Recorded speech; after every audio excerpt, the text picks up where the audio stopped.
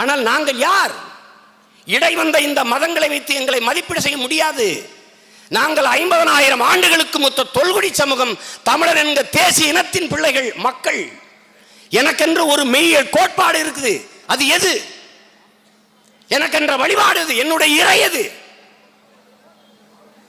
அதை மீட்சியுற வைக்கணும், அதை மீட்டு உருவாக்கம் செய்யணும். அது ஒவ்வொரு தமிழ் மகனின் கடமை.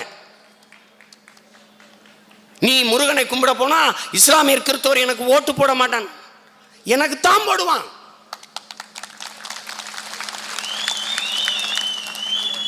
எனக்கு தான் போடுவான். ஏன்னா இஸ்லாமியனும் கிறிஸ்தவனும் சிறுபான்மை என்பது பொய். எச் ராஜா, சுப்பிரமணிய சாமி போன்றவர்கள் தான் சிறுபான்மை என்பதான் மெய். எம்ஜிஆர் சிறுபான்மை, ஜெயலலிதா சிறுபான்மை, விஜயகாந்த் சிறுபான்மை, கருணாநிதி அவர் குடும்பம் சிறுபான்மை.